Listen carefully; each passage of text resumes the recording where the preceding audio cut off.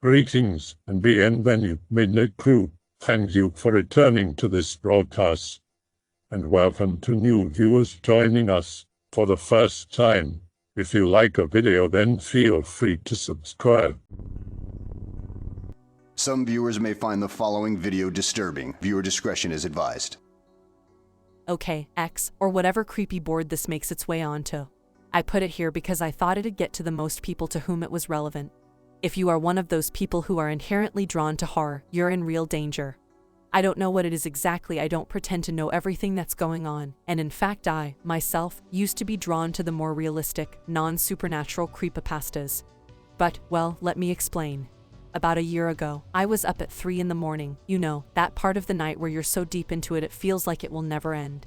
Anyway, I was up, clicking around, looking for a good creepypasta I hadn't read before, really getting myself freaked out. You know the feeling, I'm sure. You like the feeling. That's the problem. Anyway, I'm reading, and I hear a pattering sound coming from the kitchen. I had a cat, so I just assumed it was her. But then I glance on my bed, and my cat is there. Now I've been freaking myself out for a while here, so I was nearly trembling with fear as I opened my bedroom door. I live alone, in a single-bedroom apartment, with just a bedroom, a kitchen, a living room, and a bathroom. My bedroom door opens up to the kitchen. It was pitch black, the moonlight gleaming off the linoleum. I strained my ears and listened. I heard nothing. I admonished myself for being such a coward. It was just random house noises, right? Or maybe a mouse in the walls. I was about to turn around and head back into my room when I heard it again. And I saw something scatter across the linoleum in the kitchen, heading for the bathroom. It was small, but it was definitely not a rat. The limbs were way too long. The torso was far too high off the ground. And the way it moved quickly, but so awkwardly. In any other circumstance I might have laughed at it. As it was, I was scared shitless. So, you know, I basically freeze for like 10 minutes. It was the size of the thing that convinced me to move. No matter how weird or screwed up it was so much smaller than me. It couldn't have been that dangerous, right? So I pop open the bathroom door. Before I turn on the light, I do a quick scan. Nothing. I flick the switch. I look around. Still nothing. I look at the ceiling. Even. I throw the shower curtain open. Nothing still. What could it have been? My mind started inventing explanations. It definitely had 4 limbs. Maybe it was a big-ass spider who had lost 4 of its legs somehow. That could explain the awkward moment. It was good enough for me. I was about to go back to bed when I thought, on a whim, to use my broom to poke behind the toilet, between the wall and the base of the seat. When I did, I hit something solid, and it scurried out. It looked like a tiny human. It was pale white, pale as a maggot, with dirty gray streaks running along its skin. It moved on all 4s, with long, thin fingers that grasped the ground. Its skull was completely bald and it had no eyes, and the skin looked like it had been torn away from the lower half of its face, leaving the exposed teeth and gums. It looked up at me. Well, pointed its face in my general direction, anyway, and then scurried, quick as a cricket, up the side of the bath and down into the drain. It moved in quick bursts, like a spider, and climbed straight up smooth surfaces like one too. After it disappeared down the drain, I just stood there, frozen, broom handle still in my hand, for a good 5 minutes. I was scared shitless. I slowly backed out of the bathroom, closed the door, and then stuffed a blanket in the crack between the floor and the door, fearing that it might come out. Then I sat in my bed and wondered what I could do. I mean, it wasn't like I could call the police. Or even tell any of my friends. It's not like they'd believe me. So what did I do? I made a thread on X. This was quite a while ago, almost a year. You might even remember it. It wasn't anything special, and it didn't even get that many responses before falling off the boards. I guess people thought I was just joking, which really I would have thought the same thing. My thread, in retrospect, sounds exactly like the type of threads I hate. But besides all the Opus's gay and sage responses, there was one other one. I've seen them too, man. Email me, along with an email address that I'm not going to give out here. So I email this kid, right? Right away he responds and we start up a conversation in IRC. He introduces himself as John, and basically tells me a very similar story. One night a few months ago, reading creepypasta, heard a noise, got up, saw the small pale man. His was a bit bigger. He said it was the size of a cat, but he also told me one other thing. That I'd be seeing more of them. He said that ever since he saw the first one, he's been seeing more and more of them, out everywhere, even in the street, during the day. They were everywhere. He said, and once you noticed the first one, it got a lot easier to see all the other ones. He had no idea what they were, and he hadn't figured out their behavior yet. He said that usually when he saw them or heard them in his own home, he was reading creepypasta, so they usually freaked him out something awful, but, he said again, he had never actually seen them do anything terrible, just scurry out of sight. But, he said, some got pretty big, and not all of them looked exactly the same. I still didn't sleep that night. But over the next week, and those that followed, I found that I did get used to them. I did see more of them. I'd glimpse them out of the corner of my eye, or see the retreating rear end of one crawling into a gutter pipe, or see their tiny faces staring out at the street from the sewers. Some, it seemed, weren't even trying to hide. I live in Providence, Rhode Island, which is a small city. On my way to work one day, I took the bus. I was looking out the window and saw a pretty large one, as large as a medium-sized dog, trotting along the sidewalk. People were just walking by it. Actually, I think that a lot of people saw it as a dog. One man stopped to scratch its head. I'd always email John and tell him about all the appearances I saw. I even tried to catch some on camera, but they always heard the mechanical whirring and darted away before my camera could take a picture. I told myself I'd have to take a picture of one of the bigger, slower ones. But either way, as the weeks wore on, I became more and more used to them. Sure, they were as creepy as shit, and I could never sit down on the toilet and take my time anymore because I was paranoid as hell. They'd climb up into the bowl and bite me. But they weren't really doing anything harmful. They unnerved the shit out of me, but so did big spiders. I could live with them. John called them the Gristers because he said they reminded him of the Grister meme on X for some reason. I'm pretty sure he meant the grifter meme, but the name Grister stuck. I continued my exchanges with John, but I noticed that he was becoming more and more tense. It was hard to tell over the text, but really that was the only way to put it. I just figured that once the novelty of a shared experience had worn off, we didn't really have much to talk about. John wasn't really my type. He was a steroid-pumping bodybuilder in southern Florida who lived with his mother. But we started discussing Grister behavior, and he said he was starting to act a bit more differently than the ones I saw.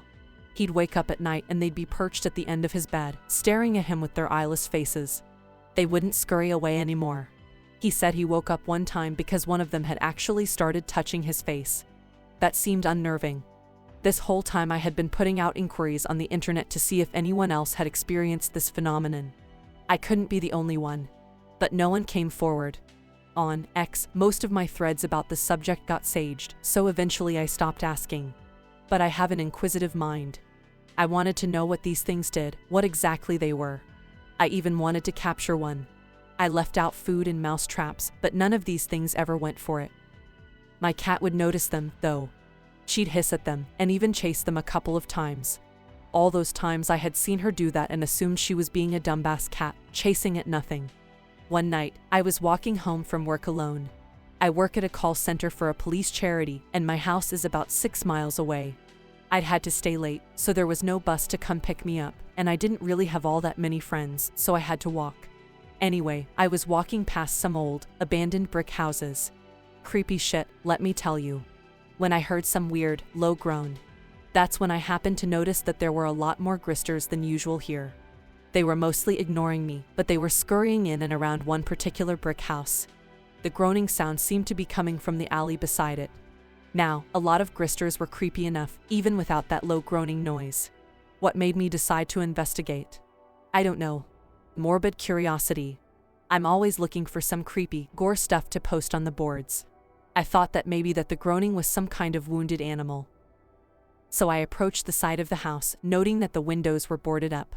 The groaning, I should have known then it was no animal. It was a low, creaking, gurgling sound. It didn't sound like any animal I knew.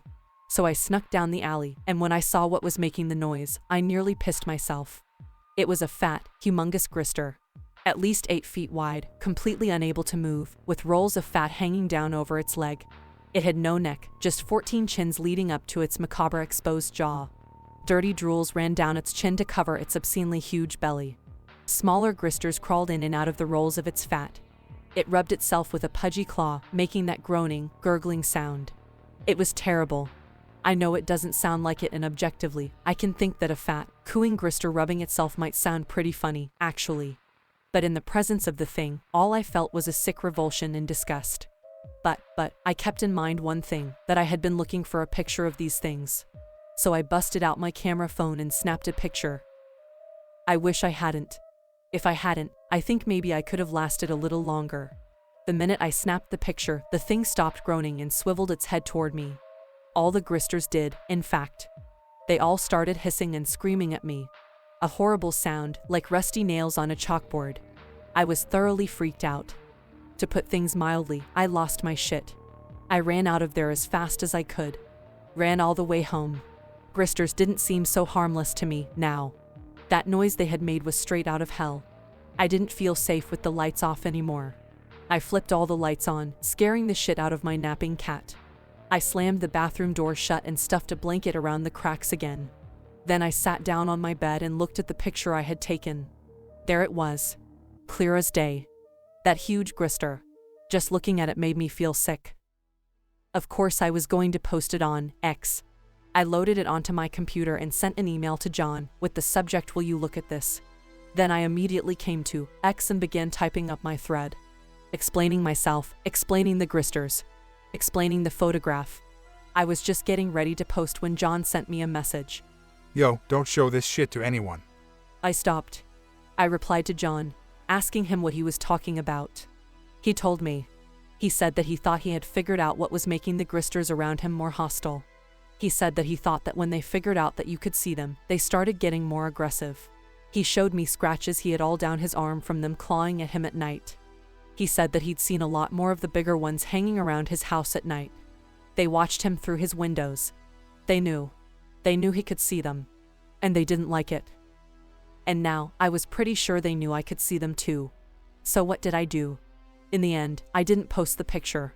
I wasn't too intimidated, but it probably saved a lot of you. I didn't want to trigger anyone else into being able to see these guys if it had dangerous consequences down the road.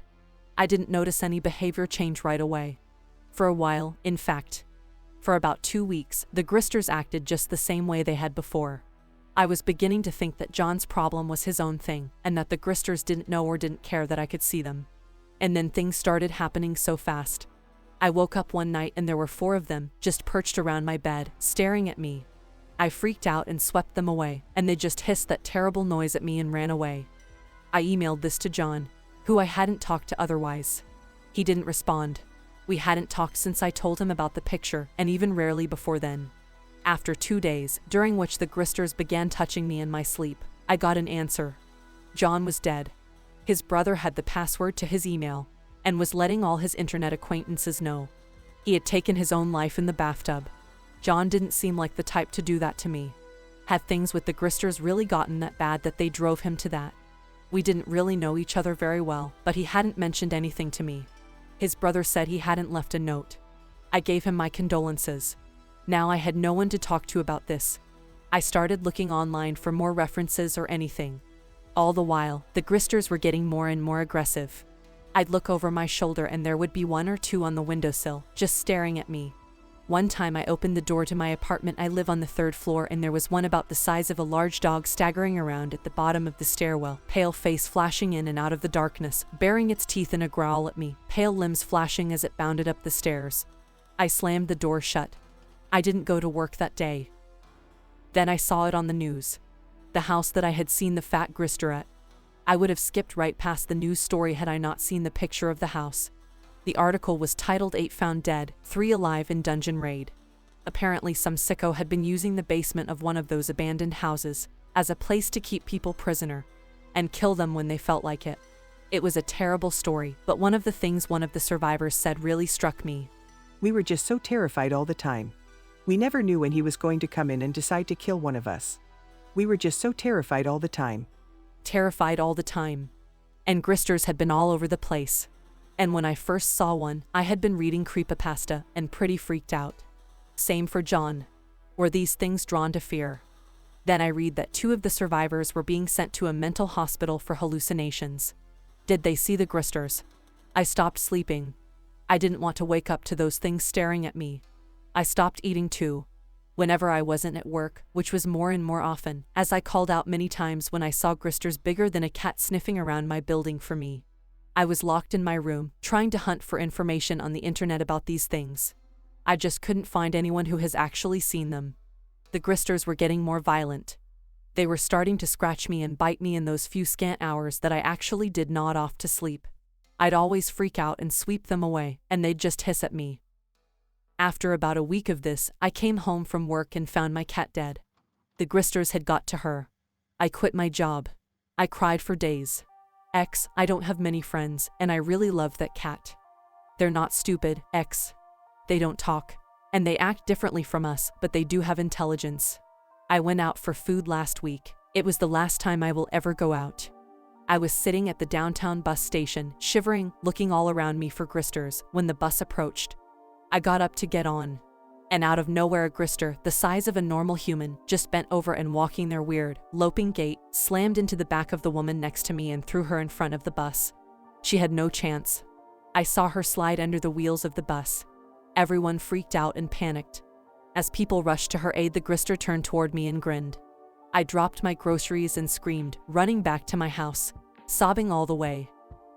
They're toying with me. And that's when I finally realized why there wasn't anyone I could really talk to about Gristers.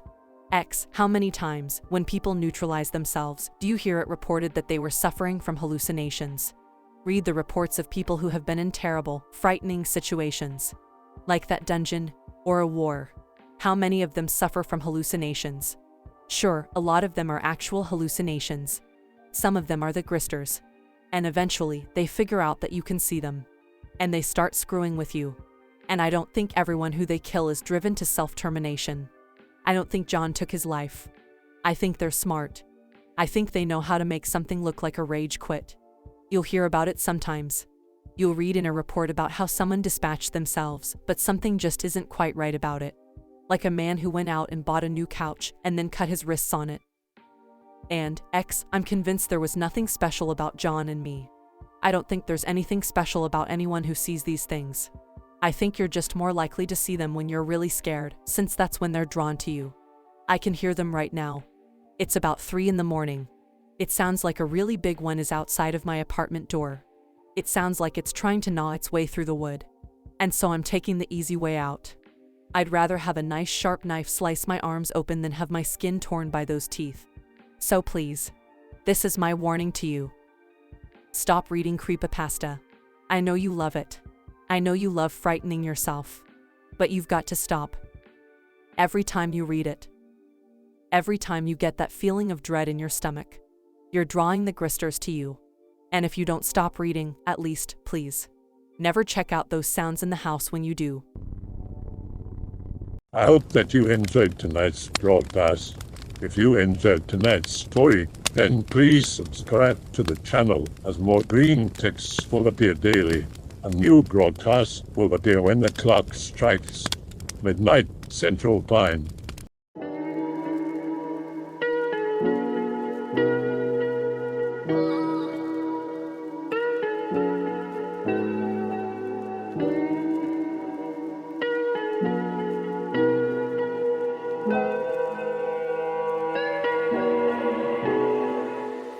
Remember to check out the Odyssey page in the description for a second archive of the channel's videos.